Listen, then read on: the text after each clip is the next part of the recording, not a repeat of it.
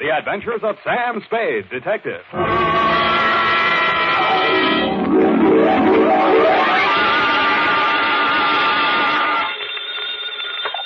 Sam Spade Detective Agency. Oh, murder. Oh, Sam. Have you had a hard day? Murderous? 9 this morning, I grinned through 25 poses, count them, over dishes of all 25 varieties of Sanderson succulent soup, a meal in a can. Then, Really, Sam? Then I was imprisoned in a plush chair for 2 hours with a glass in my hand. No. Yes, of Brannigan's Bog, the whiskey that smells like old Ireland. Sounds interesting. It wasn't. They wouldn't let me touch it till after. Aw. And for the rest of the afternoon, I've been pulling up my trousers. Woo. For a series of leg art shots which will bear the legend, Samuel Spade, prominent San Francisco detective, says McGonagall's grip tight is the garter for me. Oh, Sam, how thrilling to be prominent. Maybe so, but fame is a sometime thing, sweetheart. Just a flash bulb in the pan, as you will agree when you have heard my report on the Cheesecake Caper.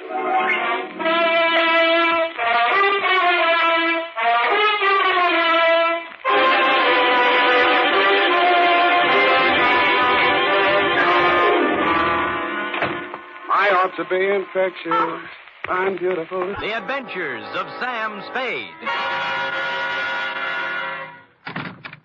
Zing, zing, zing-a-ding-ding-ding-ding. Buongiorno, Sam. Well, ballooning up, huh? Let me see now. Oh, desidero un carburatore per la calzella. Great. What's it mean? I found my secretary's list of most used Italian phrases, Sam. It means, I want a carburetor for my voiturette. I'll remember that. Shall we proceed with the business at hand? Ready, Sam. Date, fill it in. To Bartolomeo Maggiore. Copy to Lieutenant Rossi, North Beach Division, from Samuel Spade, license number 137596. Subject, the Crab Louis Caper. Dear Bartolomeo, Fisherman's Wharf, as you know, is as changeable as an Italian wench. All smiles and laughter of a Saturday night with the lights blazing in the Cioppino palazzas and the tourists 3 deep around the steaming cauldrons outside. But it's something else again of an early dawn, dark and lonely and quiet, except for the mutter of engines as the crab boats nose out into the fog that hang over the gate. Last night was somewhere in between. The lights were blinking out as I left my cab and walked over to your place of business, a gaudily painted building at the foot of the wharf with a red, yellow, and blue sign reading... Mateo Police. From Samuel Spade, license number 137596. Subject... Are you listening, Sam? Subject, the Champion Caper. Dear Manelli. You were there for the end of it, and I was there for the start of it, which is in the reception office of Elliot Champion's brokerage house in San Mateo, and where I first met Mildred Champion. Remember that old salve, how a woman in love is always beautiful? When I went in, I had no idea she was in love and no idea she was beautiful. Not because she had lately been crying, but her sallow face without makeup, framed in a wisp of blonde hair, wasn't flattered by the shapeless black dress, cotton stockings, and low-heeled shoes she was wearing. Certainly not the going idea of beauty. Nor did her conversation reveal anything to indicate love. Oh, yes. May I help you? Mr. Elliot Champion, my name's Spade. Spade. S-P-A-D-E? You don't have to write it. He's expecting me. Your business, Mr. Spade? Private. I'll have to have a little more than that, I'm afraid. Always this hot here? Mr. Champion can't stand fresh air. Obvious. That's what makes it so warm in here. I'm sorry. Yeah, it is hot. Just flip the switch and tell him I'm here. Well, what is it, Mildred? I was just going out. Mr. Well? Oh, no, Mr. Spade. Seek, man. Seek. S-I-K-H, as in India. Oh, foolish I me. can see you're interested in my work. Have a good look at it. See here? The figure of the dancing girl against the sweep of the desert in the setting sun. The weary soldier tries to submerge the horrors of battle, war, in the contemplation of feminine beauty. But the sun's rays, refracted in that crystal, focus themselves upon the weapon in his hand. And he is reminded that he must revel while he can, for as surely as the sun rises on the morrow, he must answer the call to arms. Great conception, isn't it? My son's idea. Yes. Exactly why did you ask me to come over, Mr. Battle? Mr. Spade, Supposing you knew a man who had committed the crime of murder in order to realize a reward beyond the wildest imaginings of the Occidental mind. Well, Suppose, then, that just as he had that dream within his grasp, you had snatched it away from him. Me? Suppose, further, that your enemy had then devoted his life and his fortune to searching you out, and you suddenly learned that he had caught up with you at last and was actually living a stone's throw away from you. What would you think? I think I'd move. Where? To a crowded city where he or his hirelings could be lurking for you around any corner? Well? I think... Don't mind Mamie. She's kind of bitter. Yes, she is. She did a lousy job on her hair last time. It's all streaky. Yeah, I noticed. Go on, sit down. Nice place, Johnny. Nice place. How's the gross? Oh, ain't as good as running beer, but them days are gone. I do all right. 2 crap tables, 2 faro games, a little roulette in the living room, but I have to be careful. Yeah, you seem to have plenty of muscle outside to keep you safe and comfy. Punks, all of them. But the best I can get nowadays, no good gunsels left. Guess they all got married and settled down or something. All right, Johnny, it's cool and it's nice out here. You make a living, and I got a check for $100. Why? Well, in my line, I don't generally have much use for a private eye. I don't generally like them, Neither does Mamie. but I can use one right now. Ever see this before? No? Well, it's a little bit of necklace. Necklace case. Called huh? the Tears of Night or something. Yeah? And it's worth quite a chunk of Geetus. These 4 diamonds are good stuff. Dame named Daphne Arlington left it here a week ago when she went in for a plunge at the roulette table. She left it for a standby till she raised the cash. Oh, a screwy dame. You know, a widow with a lot of money. Boyfriend named Lenny Epich. He paints or something. Well, she sent me a check today for the 5 G's she lost, and I just want you to take this thing back to her. That all? Yeah, that's all. I got my dough, she gets a necklace. You're a licensed bonded investigator, insured, it's safe with you. I couldn't trust any of my punks with it, and I don't like to be seen in public, so you just take it back. It's all very simple. Uh-huh. Now that you've told me how simple it... You see, Mr. Spade. Oh, I gathered that much, but what kind of things? Helen's been singing in a cheap nightclub called the Blue Goose. What? Oh, it's very embarrassing. Low class, eh? Yes, there's a man named Torpy. He owns the club. A man named Chick Torpy? Ah, you know of him? I've heard of him. Contrary to all her father's wishes, Helen insists on seeing this man Torpy. How old is she? Well, that's beside the point, Mr. Spade. But a sordid affair now might rob her of a future of wealth and security. Mr. Scully's at the point of exasperation. He might well change his will over this matter. Correct, Mr. Scully? At best, this is an embarrassing situation, and most indiscreet of Helen to have brought it about. So, I'm supposed to go talk to Chick Torpy, is that it? In a word, yes. Well, you sound rather reluctant, Mr. Spade. Chick Torpy's a little too old for the Boy Scouts. Well, we want you to see him. Find out how much it'll take to stop seeing Helen. Tell me, what happens if Torpy isn't for sale? Oh, everyone has a price, Mr. Spade. Matter of character. You get paid for work like this, that's your price. Yeah, that reminds me. 50 a day and expenses. 5 days guarantee, to say the least. Of course, to say the least. And, Mr. Scully, I happen to have a standard client's contract with me here. If you'll just sign on both pages, I'm sure that... Never mind, Spade, not now. Mr. Scully will mail it to you later on today. Ah, dear, Mr. Scully's fatigued. Well, you'll contact me as soon as you have any information for us. Bertuccio, but no, he wouldn't hear of it. I had to ride in a back seat with a window of bulletproof glass separating us. And thus we rode down to the peninsula. We glided down elm-shaded streets and finally through the gate of Monte Cristoff's estate. The driveway was lined with spring green poplars. The mansion door was opened by a rear admiral, and I was ushered in. I wouldn't want to say that the living room was large, but I coughed once, and it was a full minute before the echo came back. A door opened somewhere, and a tan, hard-bodied man walked in across the marble floor with an outstretched hand. It was tougher than whalebone. I appreciate your coming, Mr. Spade. Mr. Christoph. Did you have a drink? Champagne, Scotch, Irish, what? Oh, anything, whatever you like. Good. I figured you for rye. It's already ordered. Rye it is. Cigar? No, thanks. They're custom rolled Havanas, made expressly to my own taste. No, thanks anyway, but I have some beat-up cigarettes here, son. Well, try mine. The King of England, I did him a favor once. He ships them over. How is George? You drink, Mr. Spade. Oh, thank you, Bertuccio. Now, you've been investigating me, Yes. and you haven't found out anything. How'd you know, Mr. Christo? There's nothing to find out. Well, you read. I'll do you a service and save you time and money. Well, that's a handsome offer. I accept. I was born in Michigan to a prosperous lumber family. I went to Phillips Andover and... The law and his people. No vengeance for Louis. Why were you crying when I came by tonight? Haven't I the right to cry with my Louis? Drop it. Huh? Why didn't you go to the meeting? Afraid to give yourself away? I didn't feel like it, that's all. You're a Sicilian, Rosalia. Vengeance is pretty important to you. If you'd loved Louis, you'd have been in there screaming for Dominic's scalp. You shut your mouth. But no, you sat home crying. Not for Louis, but for Dominic, right? How long had it been going on? Did you know Dominic was going to kill him when they put out in the San Felipe? Why would Dominic kill him? Well, that's a stupid question. He's in love with you. In love with me. In love with me. Drop it. Drop it, Rosalia. In love with me? Oh, I wish it were so. Huh? He killed for me. Is that what they say? It's all very flattering, very. I love Dominic. I've always loved Dominic since I was a little girl. I threw myself at Dominic, and I begged him to marry me. That's not easy for a girl to do, Mr. Spade. I begged him, and I promised to work for him, to be his slave. You know what he did? He laughed and he spit upon me. And you stand there and you tell me that he murdered for the love of me. You wouldn't walk across the street. All right. Take it easy now. Come on, take it easy. So I do this. Creates a dazzling thing of beauty such as this. Would he be so unlikely as to forget the time, the patience, the agony of his creation?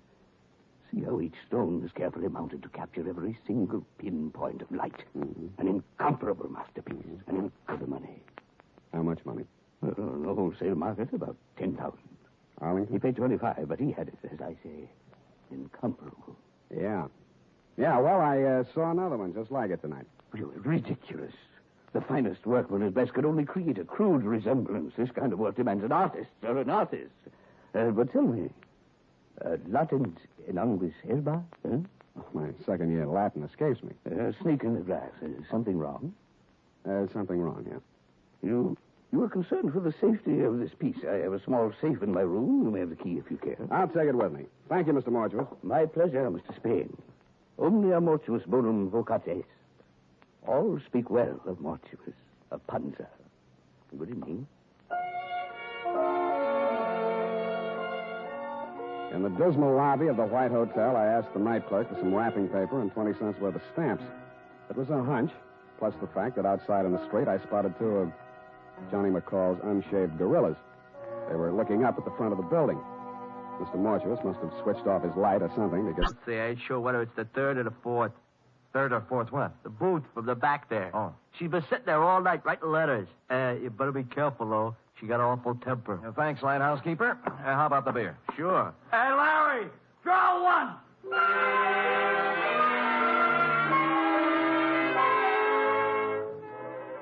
So Larry drew one, and I took it down to the bar to a point opposite booth number 4, which indeed contained Lolita, a fragile little thing wearing a turtleneck sweater marked Stillman's Gym. The table was covered with writing paper, and her alabaster brow was a mass of unsightly wrinkles as she chewed the end of her fountain pen.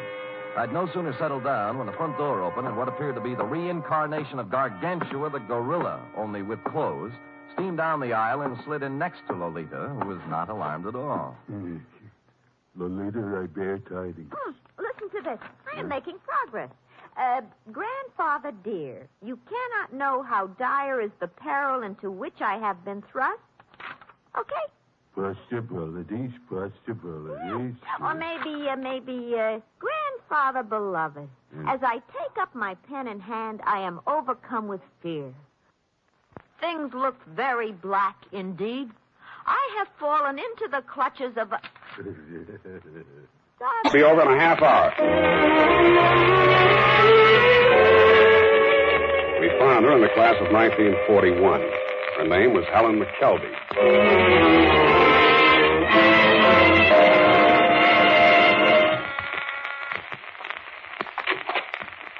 Yes. What is it? I understand a Miss Helen McKelvey lived here. No, I never heard of her. Oh, wait a minute. I'm not going to hurt you. You're the landlady here, aren't you? I tell you, I don't know any McKelvey. Well, the city directory lists her at this address. It must be a mistake. I don't think so. I don't know anything. I said Come on now, sit down. Do you good to get it off your mind. There you are. Sit down. But I don't know anything. Oh, look, that's not going to help any. I told you, I'm on your side. Who are you? Sam Spade. I'm a private detective. Now, you know where Helen McKelvey is right now, I suppose. Yes, I do. Well, I'm trying to find out who put her there and why. Then what? I'll hang it on him if I can. That's why I'm here. Now, tell me, what did Helen have to do with Mike Sheldon? Come on. Well, I don't know much about it. She was a lovely girl. It's strange. She kept things to herself mostly. What kind of things? She was doing... Shut the gun. I said get out of my way! You better let me have it, baby. Lolita, temper.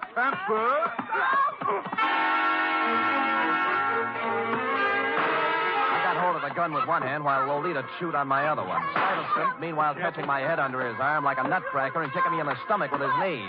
This went on for some time, then I became vaguely aware of Stuyves's fist, as big as a ham, coming up from the floor. He put me on the side of the head, and I skidded down the marble floor, past the row of booths like a ball in a bowling alley, scoring a 10-strike on the pinball machine, which leaned drunkenly over me, stuck out its coin drawer, and flashed a red light in my face, reading, "Foul ball, try again." Stupid me, I did.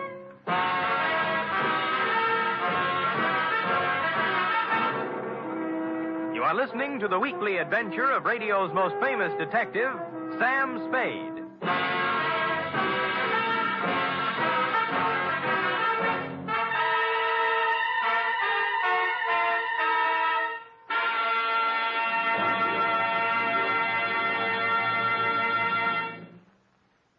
Three chimes mean good times on NBC. There's music and mystery tomorrow on NBC. For music, your hit parade brings you the top tunes in the land, as selected by you and presented by Raymond Scott's Orchestra, Eileen Wilson, and Snooky Lanson. For mystery, Herbert Marshall stars as the Man Called X, an intrepid adventurer in international intrigue who travels to all corners of the world. Wherever there is danger, romance, and mystery, there you will find the Man Called X.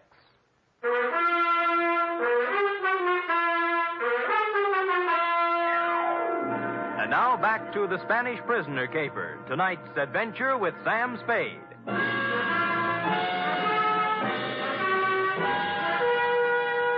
I came to with my head jammed between the brass rail and the bar next to what proved to be the lighthouse keeper's left shoe, parked as always in front of the pinball machine. Larry, that's up front. Oh. All right, get up. Get up.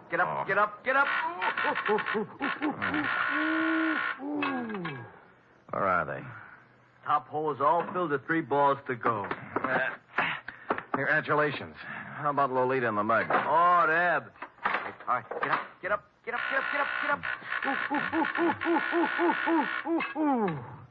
Oh, Deb? Took off, blast them. I had 780,000 points run up, and they had to go and throw you at the machine, cause a tilt. And Larry! Oh, you wouldn't have a brandy lying around loose, would you? Well, sure. Sit down. Thanks.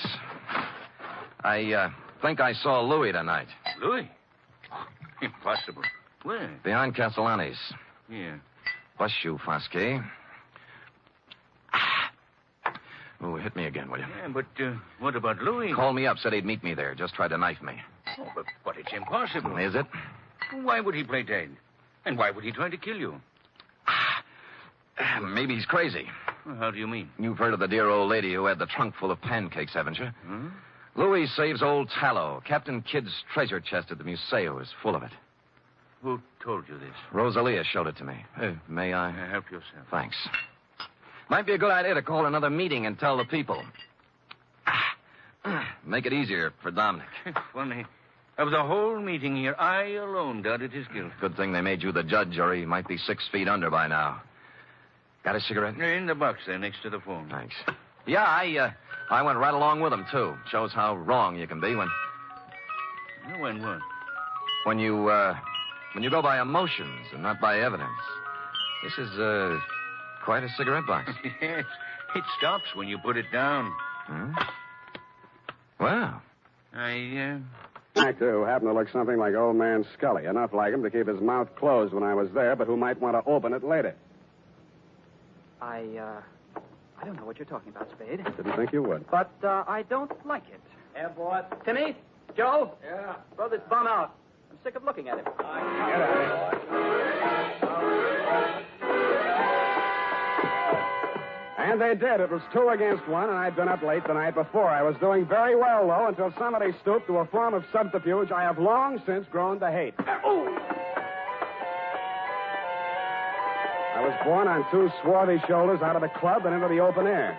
I was on a balcony and a good stiff sea breeze was blowing. I didn't enjoy it long. 1, 2, 3, here!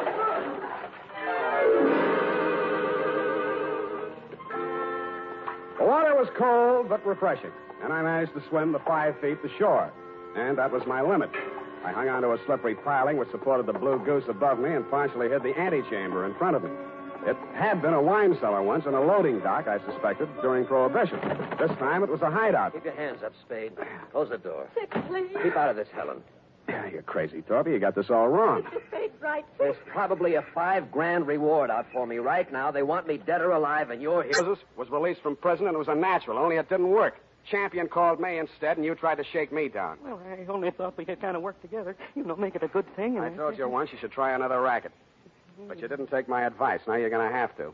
What do you mean? Because your license will be revoked pretty quick. You got into a lot of trouble about 2 minutes from now. I did? I was right here. What are you trying to... I swore out a complaint on you for assault and battery. Hey, wait a minute. I ain't done nothing to you. Champion's dead, and yes, I tell you did, Lem. You tried to strike me, and I had to defend myself.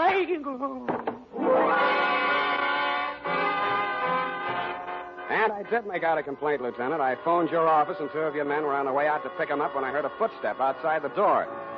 I knew who was there and what she was there for, and I did the only thing I could think of at the moment. And it was lucky I did it. Her own .32 was in her hand when she came in the door. She looked at me, and Lem's smoking gun in my hand, looked at him, stretched out on the floor, then she looked back at me, and the gun fell from her hand, and she began to cry.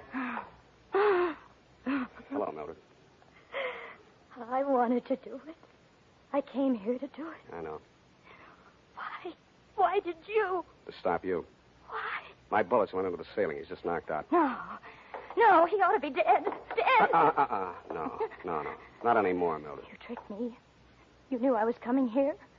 And you know he should... Oh, something else. In other words, you were helping Torpy get away with murder. Oh, yes, but I was thinking only of Helen. Her father did love her. But you'd already sent a letter to me. You knew I'd be here the next morning. You'd seen an actor on a television program. He resembled Scully. You hired him for a job. You told Helen the chick had killed her father and told her what kind of acting she had to do. Oh, it was crude, perhaps, but I didn't want you to become suspicious when a death report did show up. I intended to hire you and fire you. Only it didn't work out. I followed Torpy here and found the body. Oh, I've been such a fool, Spade. Helping a man get away with murder, I want to confess it all. I suppose this will make me an accessory to murder. Not exactly. You mean there's a way out? There's a way out, and you were going to take it. What? I was over to your apartment before I came here. You're all moved out. The doorman tells me your luggage has been at the station all morning. What'd you do? Came here to rifle the safe? No, see, here, Spade. Stop it. You were waiting around to see if they took Torpy dead or alive. Dead, he couldn't talk, and you'd be okay. Alive, you're ready to blow town. You bumped Scully. No. Get back there. Then you did your best to hang it on a chick. Helen thought he really did it and played along with you. You're not an accessory to murder. You're a murderer on a double count. That actor was knocked on the head before he drowned. Oh, just a minute, Spade. This can be fixed if you... Shut up.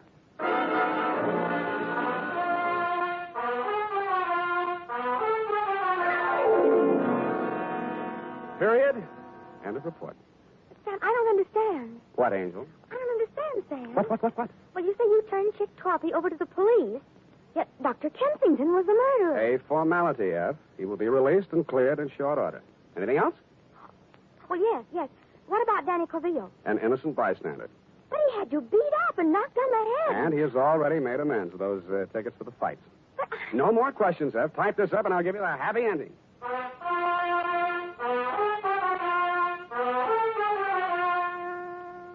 And now, listen to this.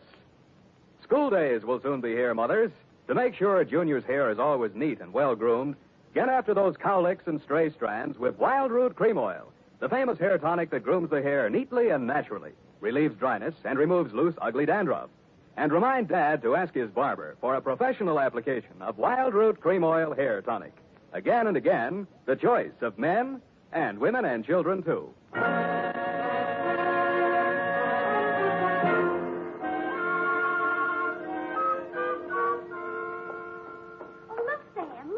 What is it? Look, Sam, look. What is it? Look, Sam, look. All right, I shall rephrase the question. What? Oh, I see. You mean the magazine look, huh? They said an advance copy. Hold the line. Let's get playing it on the deck. prattling to himself like a little kid whistling in the dark. He was a lousy actor, pale under his sunburn and drenched with I sweat. won't let you forget Up it, came, pal. coil by I got coil. something to prove. Then it began to come slower. I can make it stick. When I can prove it in court, I'll sue you till you bleed. Hey, what's the matter here? What's pulling on this line? Maybe it's your conscience, Dominic. It's heavy. It's... What? The Lord moves in strange ways. I can't get it up. Let me help you. There we go. 1, 2... Up! Louie! Get away from me! Let me go! Louie! No!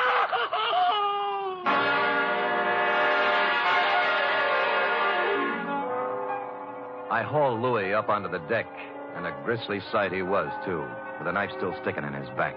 I figured that was where Dominic would put it, and I was right. Not that it mattered, because Dominic wasn't thinking logically from the moment he saw Louis's body tangled in his crab line. He sang us all 50 verses then and there and repeated them for the police stenographer later when we got him to headquarters. It looks like a first-degree rap for both him and Foskey, but I'm waiting till it happens before telling him the corpse was Captain Kidd, minus beard and ruffles. Period. End of report. Sam.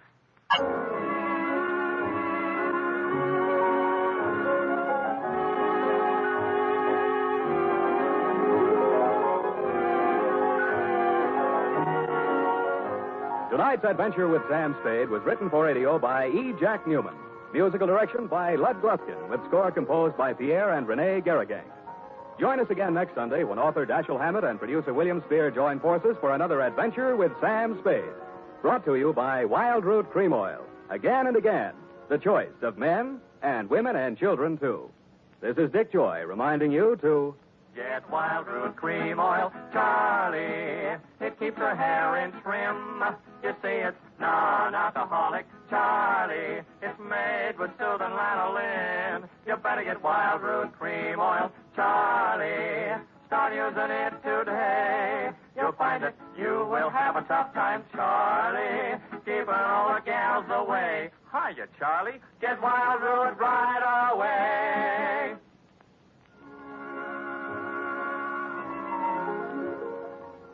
This is CBS, the Columbia Broadcasting System.